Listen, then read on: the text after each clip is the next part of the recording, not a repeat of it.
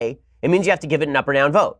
In other words, there's no such thing as yes means yes for the Supreme Court, apparently, according to Alan Dershowitz. None of this makes any sense, but at least maybe he'll get to go back to some of those cocktail parties on Martha's Vineyard. Okay, but the stupidity doesn't only emerge from the left when it comes to the Supreme Court. Sometimes it emerges from people who are quasi on the right. The latest evidence is Tomi Lahren. So I don't want to rip on Tomi Lahren too much. I think that Tomi Lahren has her heart in the right place sometimes. I think that she hasn't studied these issues particularly well. I think that her ideas on abortion are inane, to put it mildly. And she was on Fox and Friends this morning, and she was talking about Roe v. Wade and soon-to-be Justice Kavanaugh using her vast legal experience to delve into the intricacies of Supreme Court precedent. And here was Tomi Lahren explaining why conservatives really should just let Roe v. Wade alone. Some of my fellow conservatives who have put it out there that we are, quote, coming for Roe v. Wade. That is a mistake, because we are putting it out there and implying that we are sending a justice to the bench to carry out religious judicial activism, which is a mistake and is unconstitutional. And if we as conservatives are going to imply that, if that's going to be our messaging, we might as well spit on the Constitution. That is not what we stand for.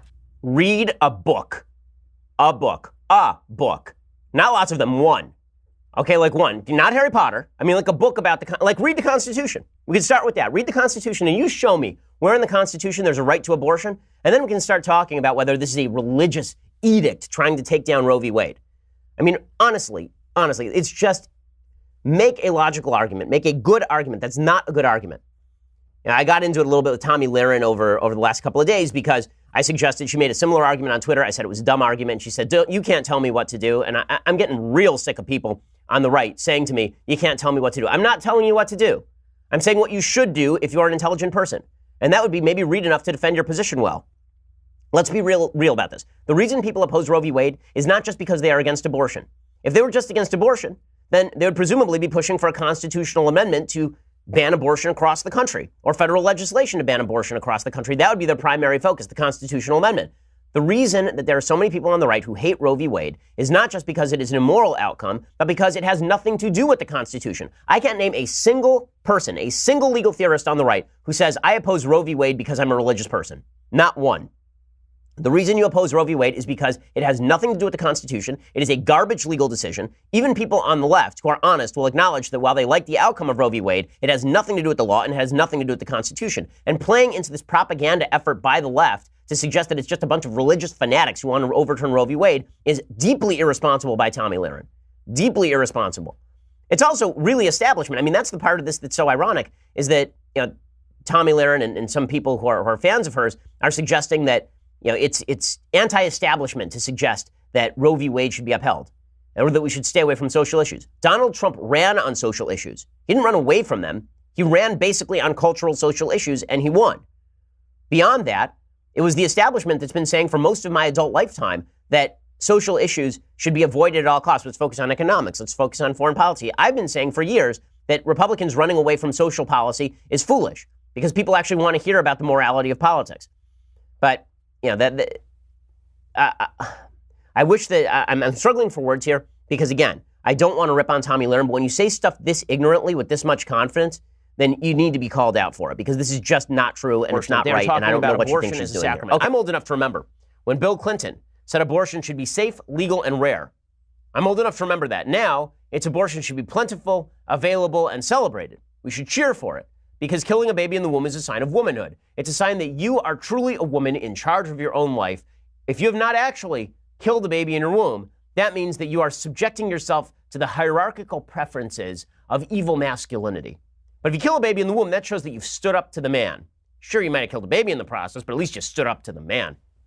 And this is the perspective of someone on the left. Now, the pro-life issue is one on which the right can win and should win, because this is an issue that is as vital morally as any issue the United States has ever faced, up to and including slavery. Okay, the murder of 1 million babies a year in the womb is a serious moral issue. And if you don't think it's a serious moral issue, it's because you haven't looked at it hard enough.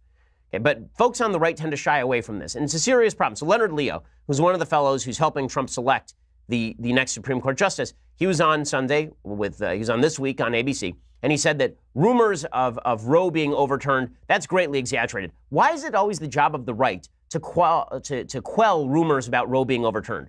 I don't understand this. Why shouldn't the right say, hell yes, we want to overturn Roe because it's a bad decision? Why shouldn't that be something that the right campaigns on? By the way, overturning Roe does not mean that abortion becomes illegal across 50 states. If you think that California is suddenly going to ban abortion, you're out of your mind. California is not going to ban abortion. Neither is Massachusetts, neither is New York, neither is New Jersey, neither is Illinois. Right? There are too many states in the union that are going to allow abortion to continue unfettered. But the right is constantly running away from their own positions on this stuff. So Leonard Leo, whom I think is a quite brilliant legal mind, here is saying, well, Roe's not going to be overturned. Let's stop with all the fright. Why is everyone so worried? Okay, so, all of the talk about don't worry about it, it's just speculation. The right is constantly attempting to run away from this issue. So more evidence of this. Tomi Lahren, who, I've refrained from criticizing generally because, Tomi does what Tomi does. But Tomi Lahren has now made the case that we should never speak about abortion. This is, of course, because she is pro-choice. Tomi Lahren is pro-abortion. She went on The View and she suggested that it's only religious objection to abortion that was driving the right's objection to abortion. So she was on Fox News Final Thoughts, and she suggested that Republicans only win by staying out of the social issues. Let's be honest, the federal government does few things well, and I believe regulating social issues is an area where it fails. Let the churches, the nonprofits, and the community groups step in, not almighty Uncle Sam. Okay, so I am generally friendly to libertarian arguments, but this is not any social issue when you are talking about abortion. When you're talking about abortion, you're talking about an issue of protecting human life.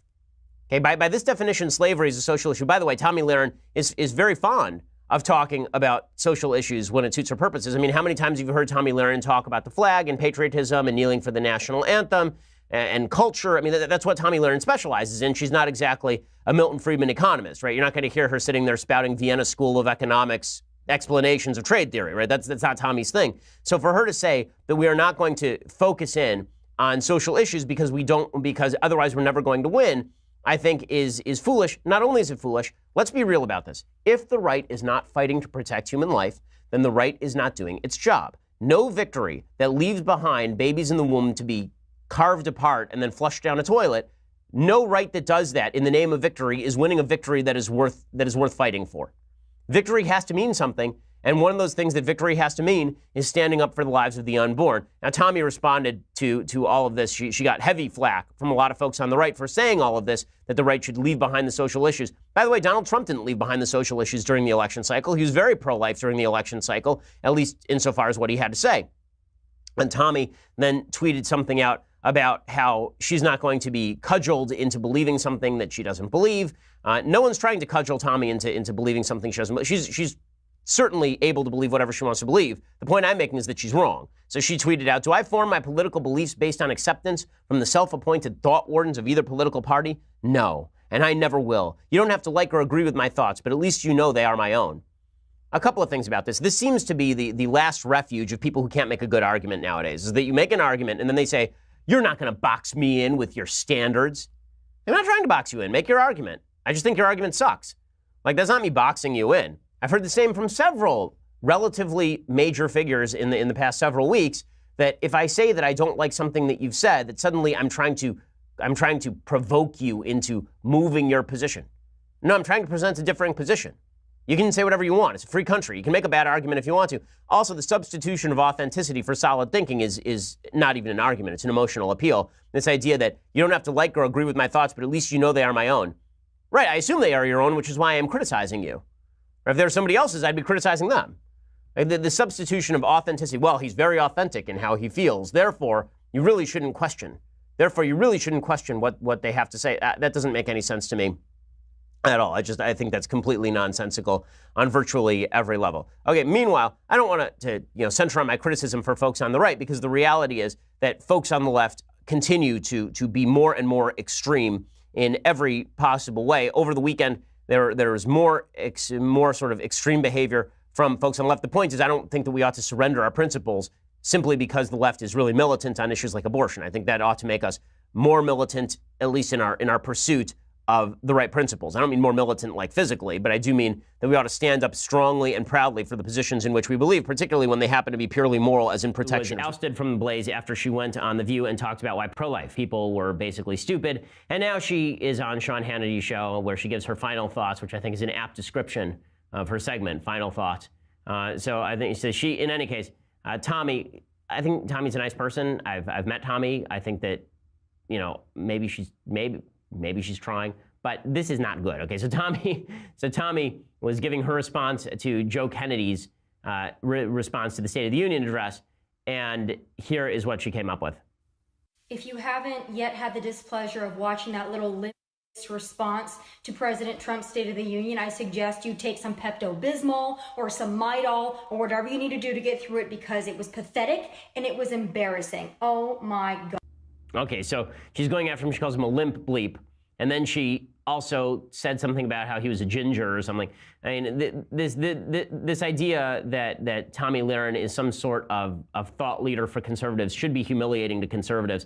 I'm sorry, Tomi Lahren is not a thought leader for conservatives. Tomi Lahren is a pretty woman, a beautiful woman who says things. I mean, that's it. That's it. And she says inflammatory things, and if people resonate to that, it's because people have a short attention span, but Tomi has bragged about not reading books, okay? One of the reasons you need to read books is so that you have better response to Joe Kennedy than just that he is a limp bleep ginger, okay? You need some actual content as to why you think that he's wrong. Otherwise, we're not having arguments, we're just insulting each other, and it's just, I hate this kind of stuff. I really, really do. I think that, you know, listen, I'll drop insulting language every so often, but nothing of that magnitude, and I attempt to support my arguments not with insults, but with actual data. Conservatives, if you're a young conservative and you're looking for somebody to look up to, I'm not saying you have to look up to me. You don't. There are plenty of people to look up to. All I'm saying is that you should probably steer away from the people who do this kind of stuff. Just read a book. It's not worthwhile.